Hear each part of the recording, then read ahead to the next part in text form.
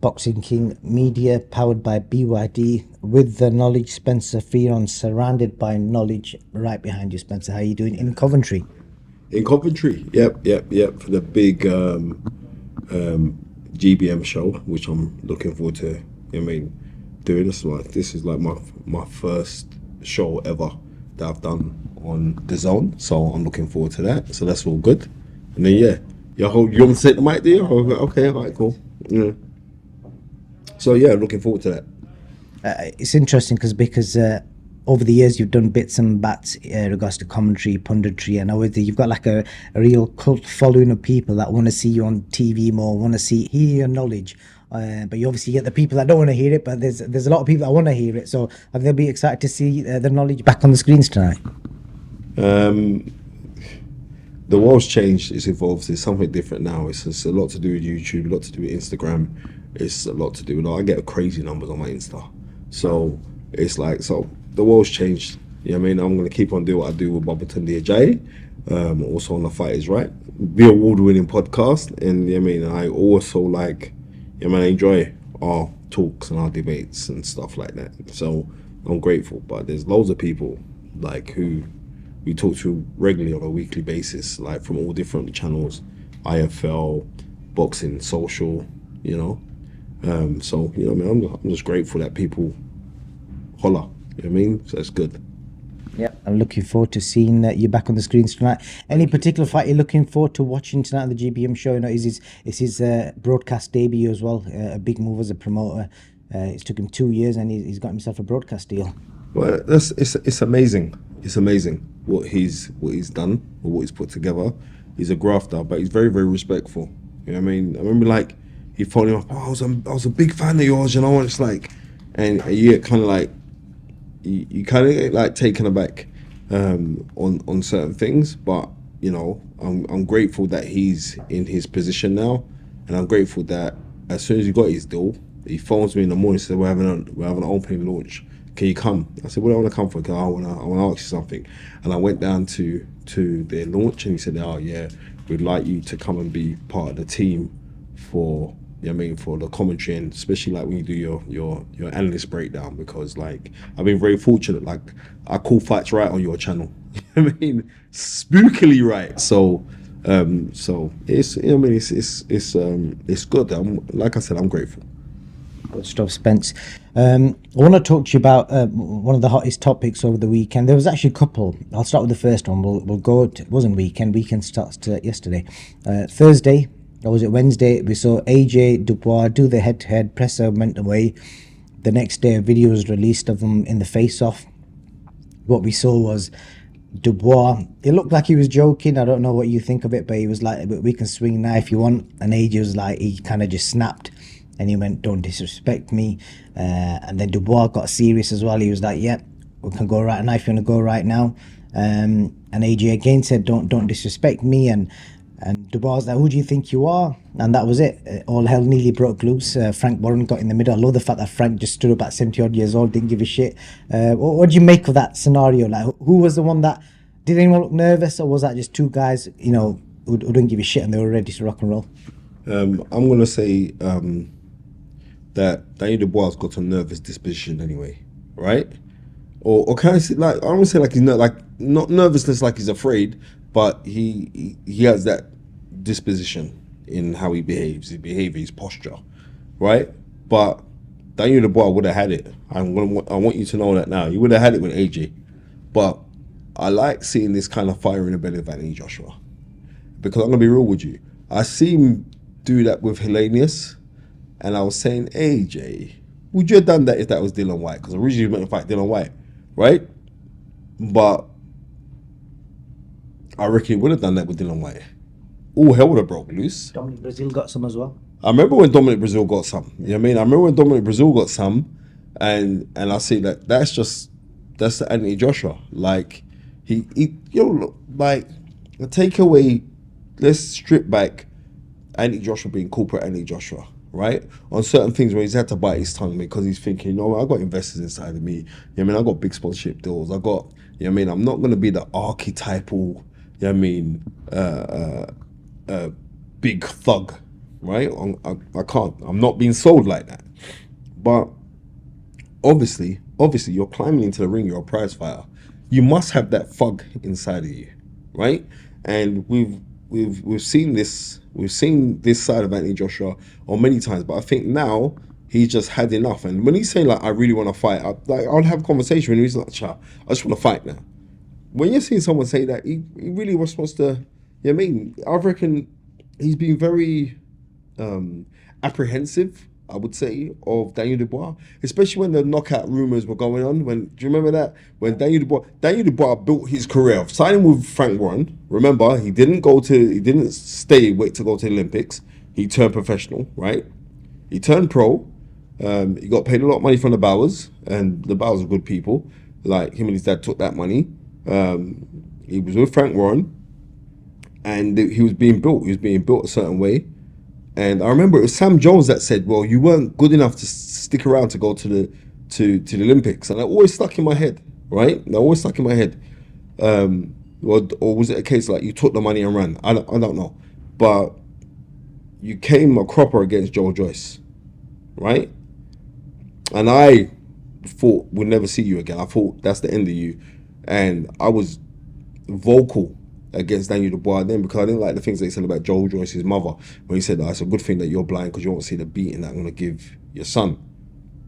Up to this day, I don't believe that he wrote that line. I don't think he freestyled that line. I think someone's told him to say that and he just, yeah, I'm going to go with that one. Yeah. No, you should never have said that. You don't disrespect mothers. I'm very touchy. You could be my enemy, Boxing King Media. Someone says something about your mother, I'll take that personally. You don't talk about moms. So I was very critical of Daniel Dubois. I like how he's kind of rejuvenated himself to the fact of going with Don Charles. Do I think Don Charles has changed anything in Daniel Dubois? I don't. I think Daniel Dubois is actually the same fighter. But what I do believe that Don Charles has done, is got him to be relaxed and contain belief in himself. And that's what I think Don Charles has done, because Don's very good at that. Don's very good at putting an arm around your shoulder and, pandering to what you think you're a victim to change your victim mentality to a victim mentality. I think Don's very, very good at that. You know what I mean? And I hope for this fight that Don is the only voice in the corner for this fight, because it's a very, very important fight. I think that's Kieran Farrell in his corner as well. Do you know what part Kieran plays? Yeah, I do. He's chauffeur, he's padman as well. He does quite a few things. But I'm gonna be real. He's a nice kid as well. Met him at Don's gym, so I'm not gonna speak ill of him.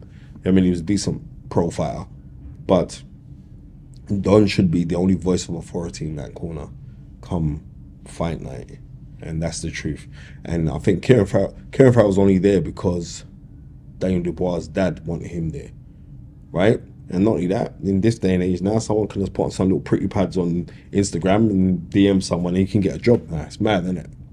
You know what I mean? I want to be a brain surgeon. You know what I mean? I'm telling you, I watched a couple episodes of Open University, right? So let me just post a couple things like, can I get a job at St. Bartholomew's Hospital? You think? Wouldn't work with it. So why is it acceptable to work in professional boxing? That's not me knocking Kieran. Kieran's good people, but I'm just saying this is what happens in the sport of boxing. Yeah, a very good ex-fighter who unfortunately had his career cut short because of an injury.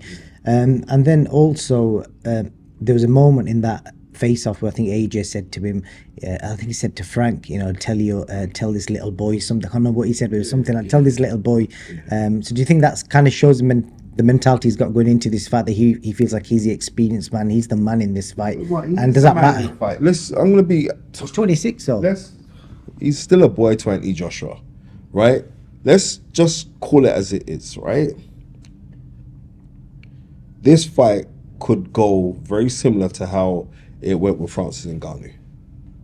Very similar to how it went with Francis Ngannou. For the simple fact is this. And Don Charles said to you the other day that was a decoy for him to get hit with all those right hands.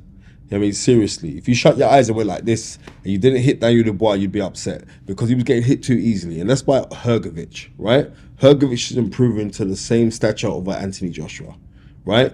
Anthony Joshua is meant to totally bulldoze, and I mean he's meant to wreck Daniel Dubois, because the worst thing that you could do in boxing is this, right? George Foreman famously used to say, right, the former 2-time heavyweight champion of the world, right, would say never follow a puncher, right?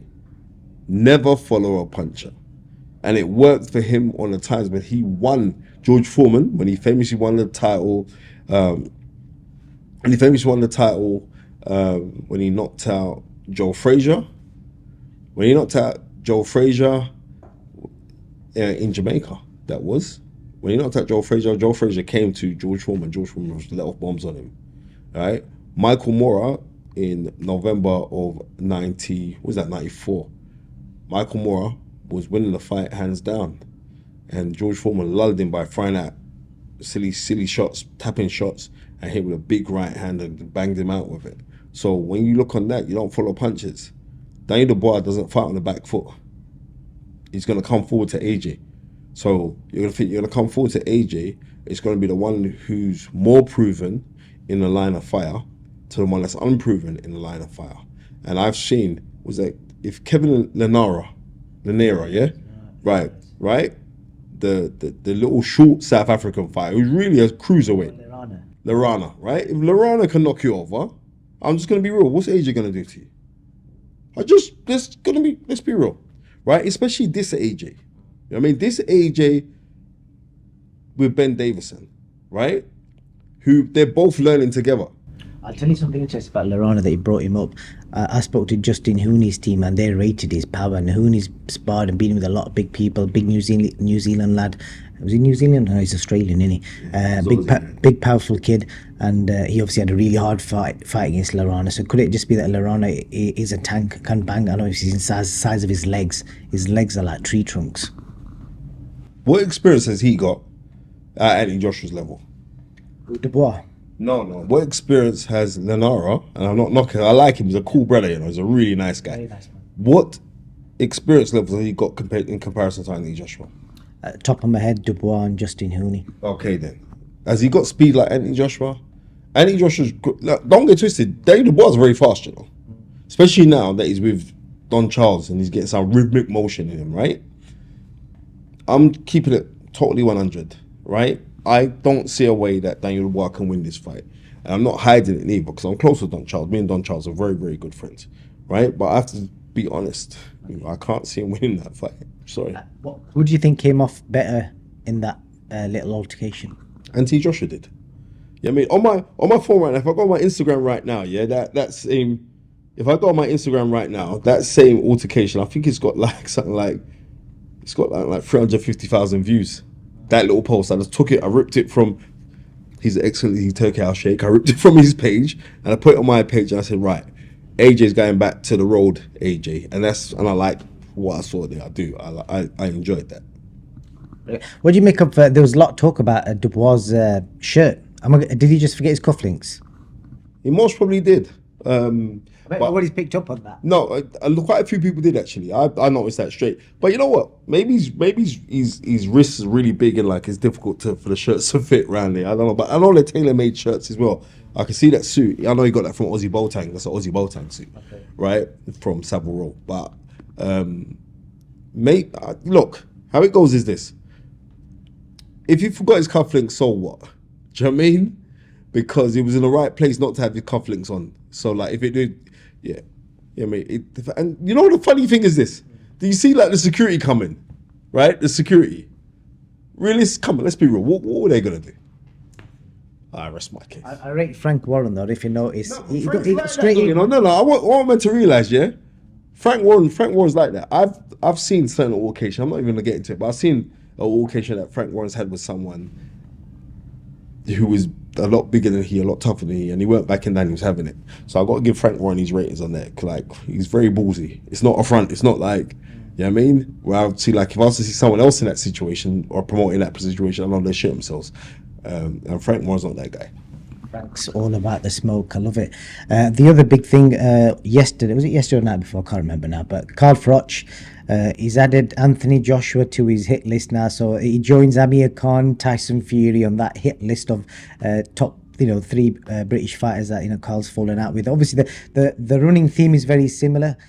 Carl will just the running theme is Carl will just say what he thinks about him, and obviously, I'm gonna be real with you, Carl.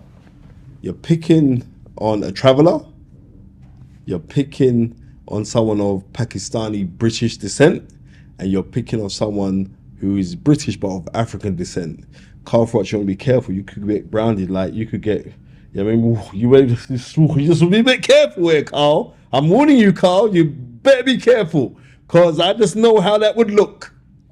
You know what I mean? If it was me, run up my mouth on certain people. Do you know what I mean? I know how that would look. I just know how that would. But on the rules, Carl's all right. I'm gonna be real with you. I can't say nothing bad about Carl Froch. For me personally, my personal experiences with Carl Froch, I've known Carl Froch for years. Yeah, I mean, 20 plus years I've known Carl Froch. Can I say anything bad about Carl Froch? No, I can't say anything bad about Carl Froch, because Carl Froch is actually just for Carl Froch. This is how he is, right? So him jumping on Anthony Joshua right now, that ain't nothing new to me that he's jumping on Anthony Joshua, because he's going to jump on Anthony Joshua. You know the real beef, where the real beef comes from? Carl Froch gets inducted into the Hall of Fame. In his speech, he says like, Robert McCracken was like a father figure to him.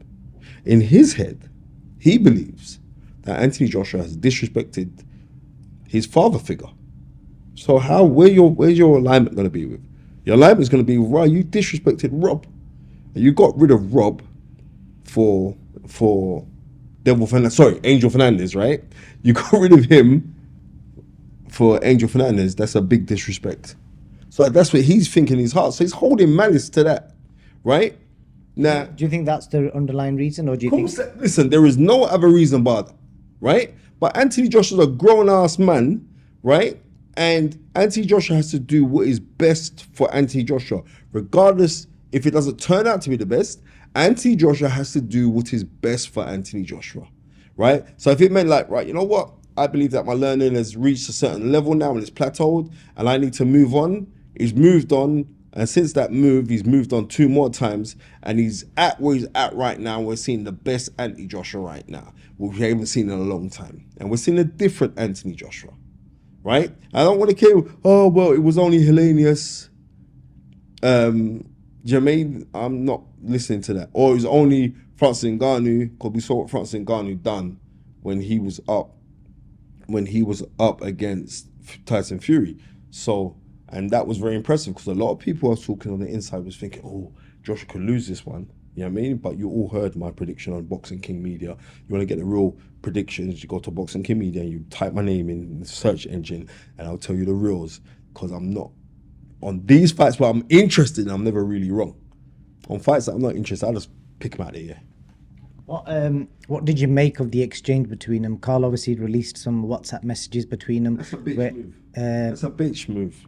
That's a come on, that is a bitch move, right? And Anthony Joshua is in his, let me tell you this, I ain't seen too many people on the uproar when he called Carl Froch a prick. Reason being is because Frank Warren calls Carl Froch a prick. He must call him a lot worse, right? So Anthony Joshua's within his right to say, all right, you're a prick. And not only that, he's like, you're throwing out one-word answers. He's going to say something complimentary about you. He ain't going to say something complimentary about you. And what's said, it's done. It's no big thing. But what I don't like, I saw something on the mail. And the mail said, oh, Anthony Joshua's embarrassing texts. What was embarrassing? I mean, the mail was another thing. I have to burn a big fire on the mail newspaper, you know. Seriously. But why are you trying to spin the narrative like Anthony Joshua's a bad guy? Anthony Joshua ain't done nothing wrong. Anthony Joshua has done what is right for Anthony Joshua. Carl Froch at this time now, we can't argue with Carl Froch's resume. That man's resume is incredible. I like how I used to say many years ago, Carl Froch is, you know what I mean, should be one of the Stark family from Game of Thrones, because he's just that guy who never gave, who just going with anybody, who have it with anybody. And that's one thing you got to give Carl Froch, you know. He never ducked no one, you know. Apart from James DeGale, but he was at the tail end of his career then. So I'll give you a squeeze on that one.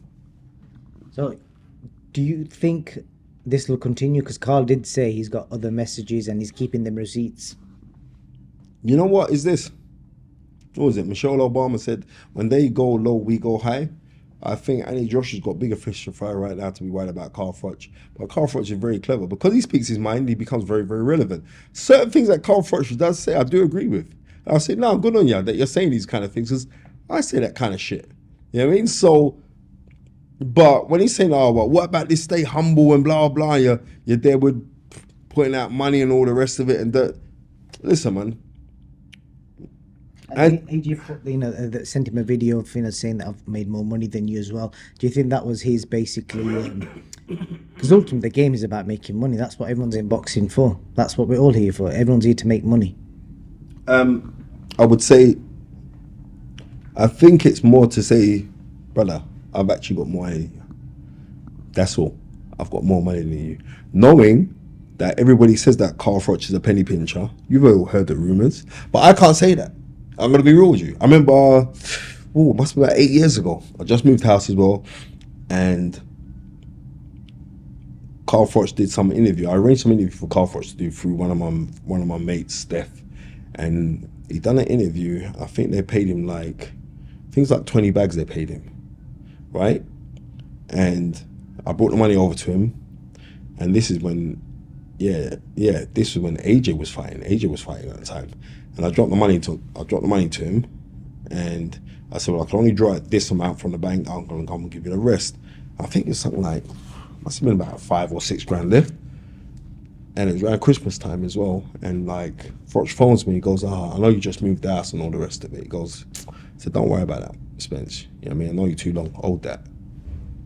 You know what I mean? So maybe he's a penny pincher, but he's not with me. You know what I mean? And whatever perception that you could have of someone, somebody else is gonna have a different perception to you. You know what I mean? You know what they say, you know what I mean, one man's terrorist, another man's freedom fighter. You know what I mean? One man's prince, another man's pauper. So it's how you get on with folks. You know what I mean? You have certain people that's gonna really love stuff that you do. You're gonna have people that don't like the stuff that you do. You can't, and that's called balance. That is life. You know what I mean? That is polarity of life.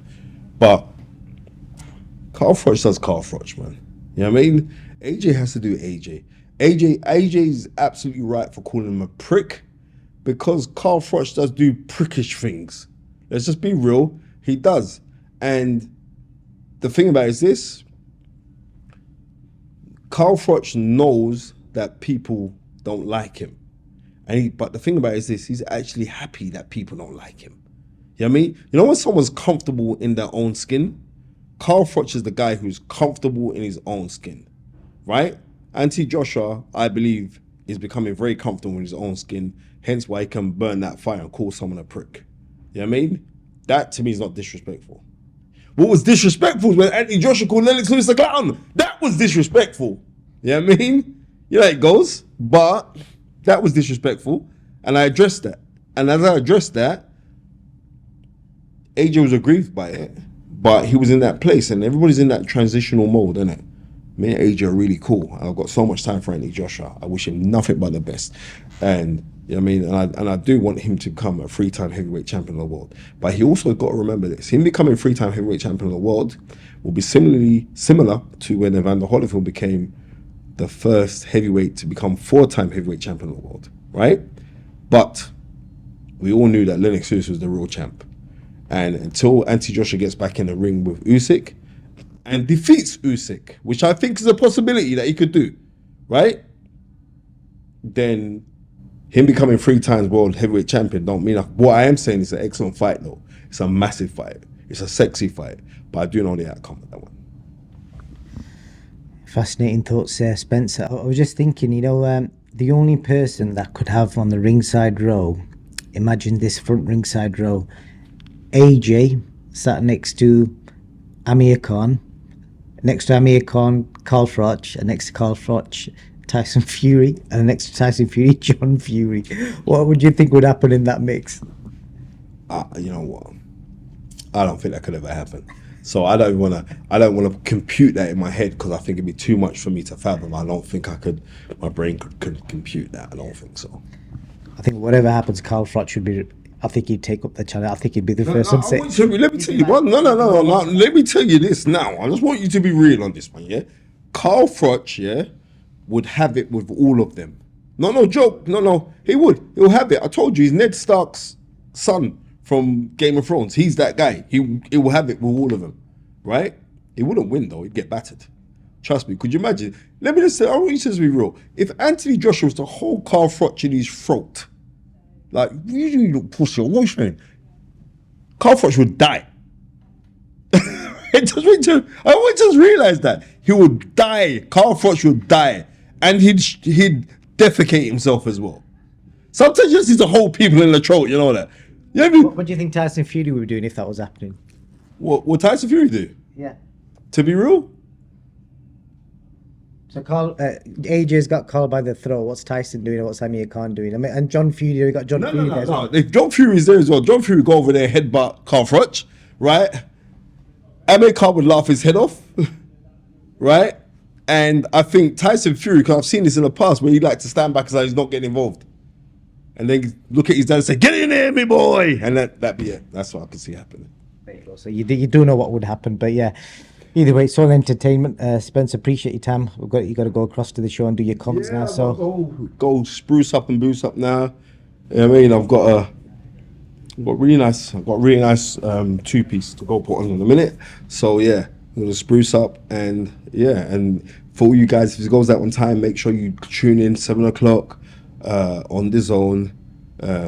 GBM's first show on the Zone. I am really looking forward to now Berry, who's fighting for a couple of the European crowns in it. The IBF and I think it's IBF and WBA. 20 seconds left on the clock. Yeah, so that's what I'm waiting for. Look out for this kid now, Berry. I think he's an incredible talent. Super bantamweight. Look out for him. Spencer Fearon, thank you for your time.